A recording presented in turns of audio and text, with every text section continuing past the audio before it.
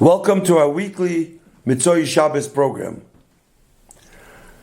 Now, I once said there are hundreds of letters written to Rabbi Mindel. He worked with the Rebbe over 50 years. He worked on letters, he worked on books, with the Rebbe on one table. So he wrote Talks and Tales. So people wrote to him questions that they didn't write to the Rebbe, they wrote to him. Now, there are some questions that he didn't know the answer. So he showed it to the Rebbe, and the Rebbe answered on that same page. Hundreds of letters. It's amazing. And I'm going to use this letter maybe in the future programs. So today I want to show you an example what I mean by a letter that they wrote to Rabbi Mindel. I'll show you the entire letter. I showed you the letter and he showed that to the Rebbe, and the Rebbe wrote on it answers, and then he took and he typed the answer and he sent it to the people from Rabbi Mindel. Every secretary had their job. His job was letters, besides going on shlichus, which every secretary had their job. Some secretaries answered the phone, were in the office. Some secretaries were PR people. Some secretaries drove the Rebbe. Some secretaries typed. His job was letters. And not only that, some people don't know, he composed. He went into the Rebbe with a notebook. Here are hundreds of notebooks. And he wrote down here the English letters and the Hebrew Igros Kodesh. There's dates. And there is Igros Kodesh here. So the Igros Kodesh was also done by Rabbi Mindel. Most of them. The major letters, not the standard letters, was also done. So all these are he took shorthand as the English and the Hebrew and Russian. So here I gather of here some, there's much more. He walked in, the Rebbe whenever he walked in with this, and he took shorthand, and that's what he did. So I want to share with you today a letter that somebody wrote to him, and he showed it to the Rebbe. And I chose this letter, and I'll tell you why I chose it. Because this letter is a question about why do we dip bread, challah, into salt 3 times. Just a few weeks ago was Pesach, and I know that by the Seder Pesach, the Rebbe puts salt on fish, mamish like a mountain. I don't know how a person can eat salt like that, like a mountain, and he eats it. So I thought about it. Also, since we cover our matzah, so what do we do Pesach? Do we take matzah, we dip into salt? That means you have to uncover the matzah, or you put salt on the matzah. So I was thinking, so I'll use this letter. So the question is, why do we dip in? This was the question that he asked Rabbi Mindel. Rabbi Mindel didn't know the answer, so he asked the Rebbe, and I'll share with you the Rebbe's answer. But before that, I want to tell you what it says in Sfarim. Then I'll share with you the Rebbe's answer. It says in Sfarim that a table, a Yiddish tish, is compared to a mizbeach, to an altar. Just like on a mizbeach, you bring sacrifices, you bring korbanos, and that is mechaper, that forgives and gives a person long life. Arichas yomim vishonim tevis. So same thing also now. Since a table is a mizbeach, so you put salt, so when you eat, not l'shem taive, not for desires, but you eat because you have to eat. You have salt on the table, and that gives arichas yomim vishonim tevis. This is what it says in Sfarim. Also, when you have Hachnosas Orchim, guest, the Shechino is there, that also brings, on the table you should have salt, and it gives every Arichas Yomim B'Shorim Tovim. Now, it says it's for him, Al Pi Kabbalah, when you make a moitzi, you dip in salt, bread in salt 3 times. La halacha you don't have to, but Al Pi Kabbalah 3 times. Why? Because it says in the Torah, Al Kol Korbancha Takriv Melech. Every korban you should bring salt, and that says Melech 3 times. So you dip in 3 times Al Pi Kabbalah. Also, 3 times shows on the 3 base Hamikdash.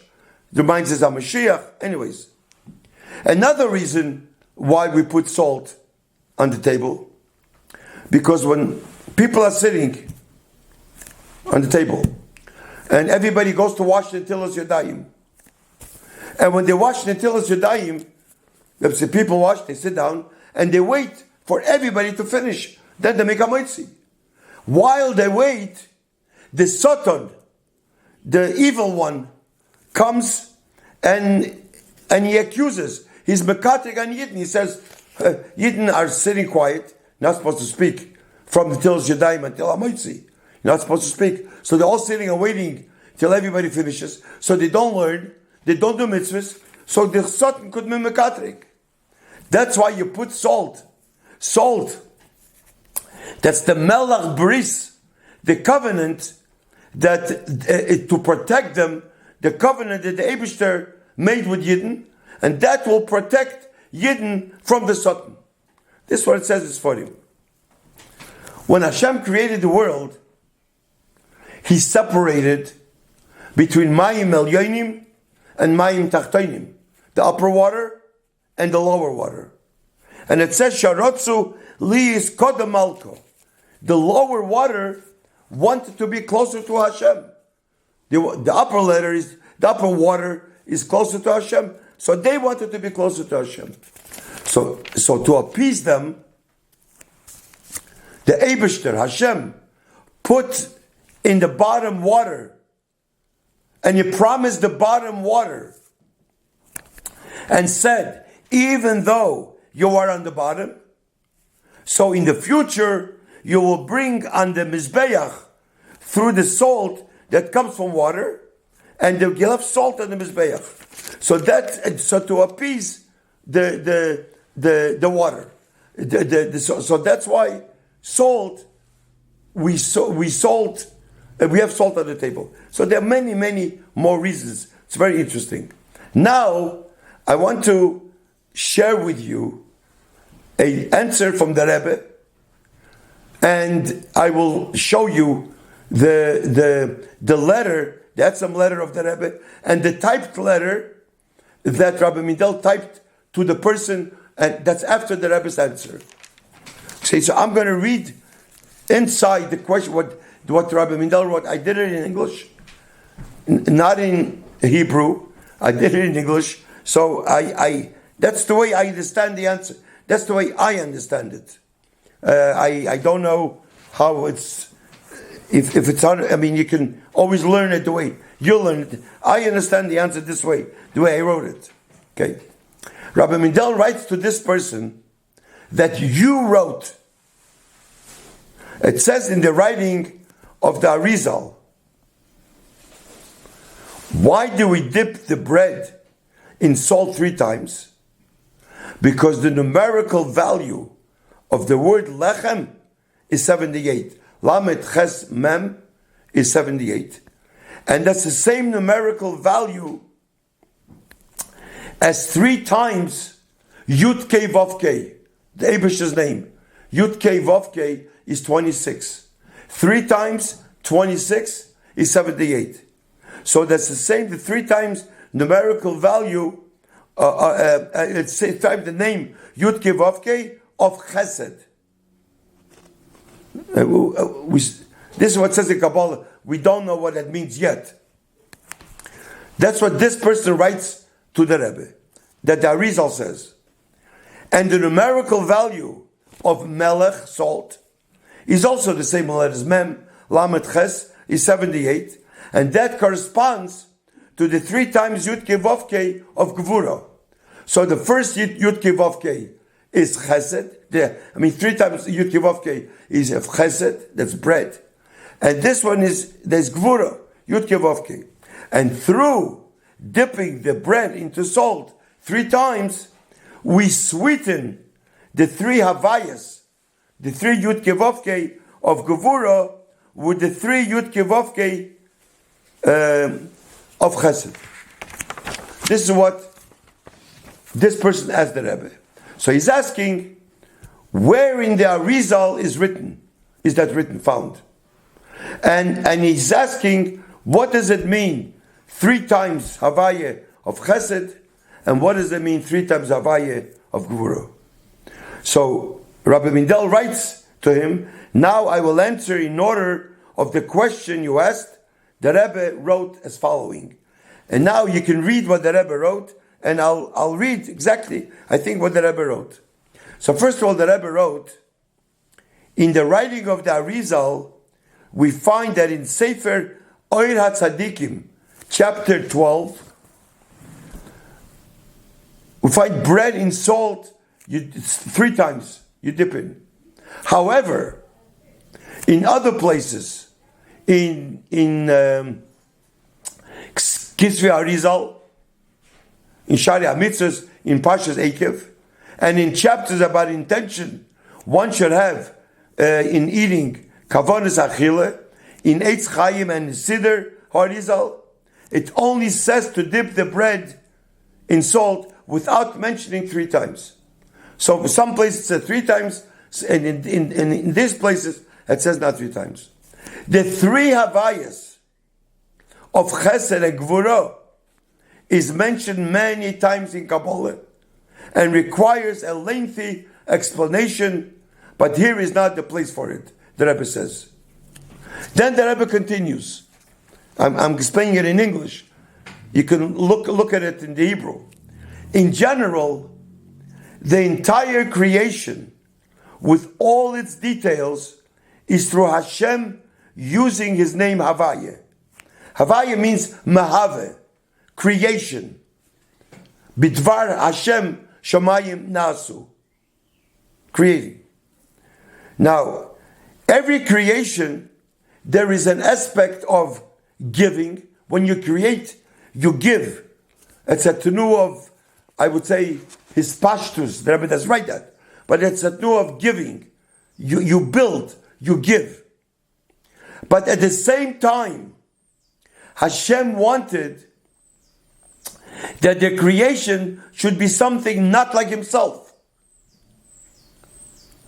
Meaning that the creation should be limited. Not like the Creator who is unlimited. The Eibishter is unlimited. So the Eibishter created. But the Eibishter wanted that it should be not like Himself. So there has to be an aspect of restriction, holding back some of His giving, of revealing. Tzimtzum. Why? Because if He reveals His light, then the creation will be unlimited like Him, and then we won't be able to accept it. The world cannot be a world like that. So there is a creation of chesed. Chesed means giving. Yud Kei Vav Kei of chesed. And then there's Yud Kei Vav Kei of gevura, of restricting by not making like Hashem. Both of these aspects are necessary of creation. Meaning that they are both Havaya, Loshen Havaya. But the first one, Havaya, is revealing, and the second one is taking back. So since both are Havaya, so there's one Havaya, Chesed, one Havaya, Gvura, but they're opposite. So how can they create a world? How can the world sustain? So he says, since both these aspects are necessary, there needs to be a combination of both, even though they are seemingly opposite. This is through the Havaya of Tiferes, which combines Chesed and Gvura together. Meaning that Hashem creates and sustains the world through the two names of Havaya, and there are two ways. In other words, when the Eibishter is acting with kindness, the hashpah, the influence to the world, will be with Havaya of Chesed and Havaya of Gvura in a kind way. And when he's acting with strictness, the hashpah will be with Havaya of Chesed and Havaya of Gvura in a strict way. And there are three ways that Hashem will act with kindness, and there are three ways Hashem will act with strictness. So he explains like this: Hashem will act with kindness if he's judging the world and sustaining the world with kindness. And he will act with strictness if he's judging and sustaining the world with strictness. That means like this: Hashem will act with kindness, the Rabbi writes, if this is an auspicious time, an Eis Rotzin, and he will act with strictness if it's the opposite. Hashem will act with kindness if the Jewish people learn Torah and doing mitzvahs, and the opposite will be when they're not. So these three ways of Hashem acting with kindness or strictness are three havayis of Chesed and the three havayis of Gvura. So it seems from here, from the Rebbe explains that there's two meanings of havayah of Chesed and Gvura. First of all, it's a general meaning that havayah of Chesed shows the aspect of revealing in creation, and havayah of Gvura shows the aspect of withholding in creation. And the second one, the Rebbe says, B'chol hanal, based on these two afanim, that in these two havayas themselves there are two ways. The two havayas of in a kind way, and the two havayas in a strict way. In other words, havayah of Chesed and Gvura in Chesed, and havayah of Chesed and Gvura in Gvura. And then the Rebbe explains three ways that this could come about. So this comes out that there are three havayas of Chesed, three havayas of Gvura. Now, sweetening the Gvura, meaning that through us dipping the bread in salt, we cause that also the havayah, the heavenly court, the Rebbe writes over here, the heavenly court, Shagam based in Shalmailo, Yaskim, der Maskim, Psak Din, Shaloi Lahamtik. The heavenly court should agree with Hashem's decision to make a sweet judgment. And this is the third Havayah. So this is the answer to this person. Now I'm going to show you this. You can see it. It will be very clear. And maybe you could study this again. And that's the way I studied the Rebbe's letter. In Mitzvah Shem, next week we'll continue our weekly program. Thank you.